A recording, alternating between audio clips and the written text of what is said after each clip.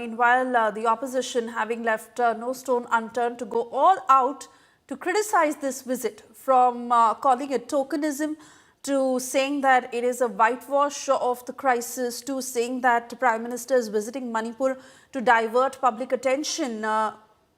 Criticism coming in full swing from the opposition to even the protests that were staged on the ground.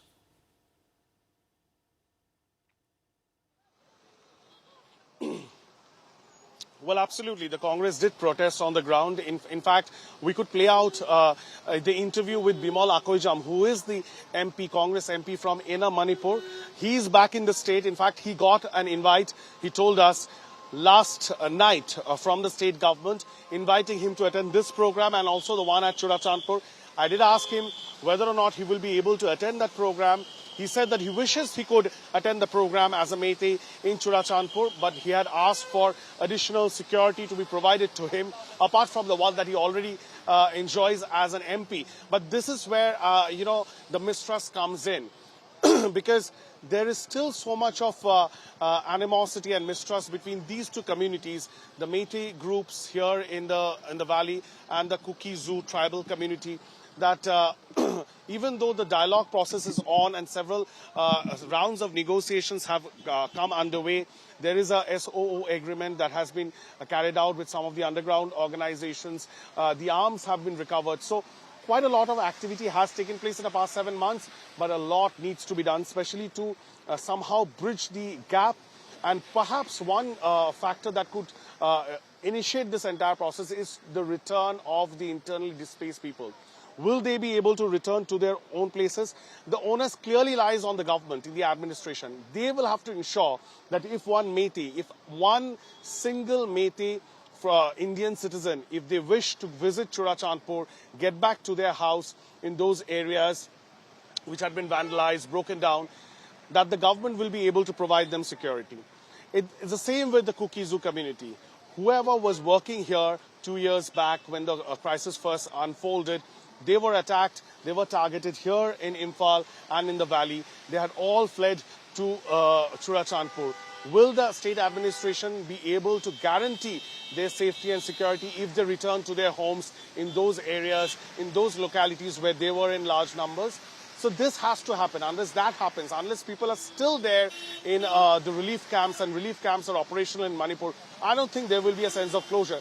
And also, what about justice for those hundreds of people who have died, who have given their lives in this conflict? There are more than 200 people who have died in this conflict.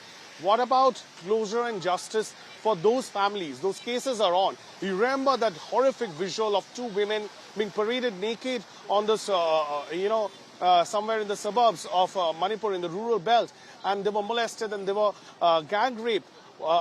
Those cases are pending before the courts. What about justice? Will that be expedited? So there are so many issues, unpleasant ones and that, which also needs to be discussed, unlike not just the glim and glamour and this huge event that has today been put out by the state government. They have left no stone unturned to make this a success. Massive security preparation, huge amount of crowd being mobilized to come and attend the Prime Minister's program. But these are all temporary things, because when the Prime Minister leaves and leaves with a message of peace, which is very, very important, coming as it is from the head of the state, these are the issues, as I enumerated, will have to be looked at, and the onus clearly lies on the government.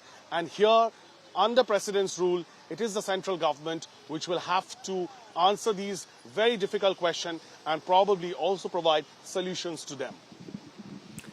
Very correct. Indrajit, very correct, and agree with every point that you said. In fact, the incident that you mentioned had jolted the entire country and sent shockwaves of what had happened during those tough times in Manipur.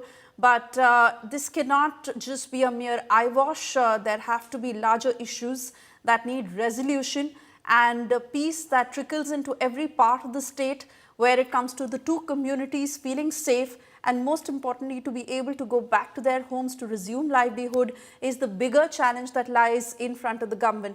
Indrajit, I want to touch upon the other point where Prime Minister Narendra Modi spoke of the message of inclusion.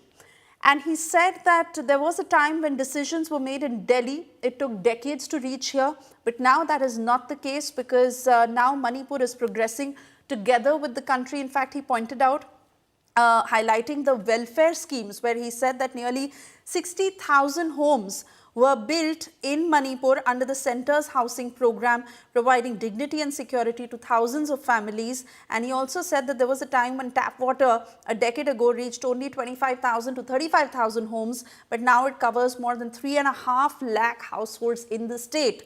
Point is that is this the scale of development, the pace at which it is going? Is it reaching out to the people, and are they getting that message from the centre?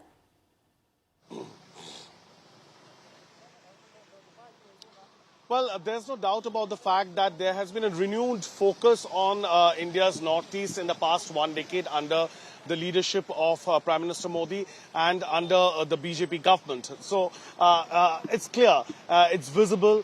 As I said, the Prime Minister's inauguration of the very, very important railway project today in Mizoram, and the fact that the Mizo capital, Aizawl, got connected to the railway grid, it has taken 78 years, is no joke. That's a reality. Now, that has been fulfilled. So, yes, under this government, there has been a huge push on infrastructure development in the northeastern region. Several of the airports are being developed. Railway connectivity has been boosted. Several very important key infrastructure projects like tunnels and bridges have also been sanctioned. Some of them have been inaugurated by the Prime Minister, be it in Assam, be it in Arunachal Pradesh. So these are critical areas.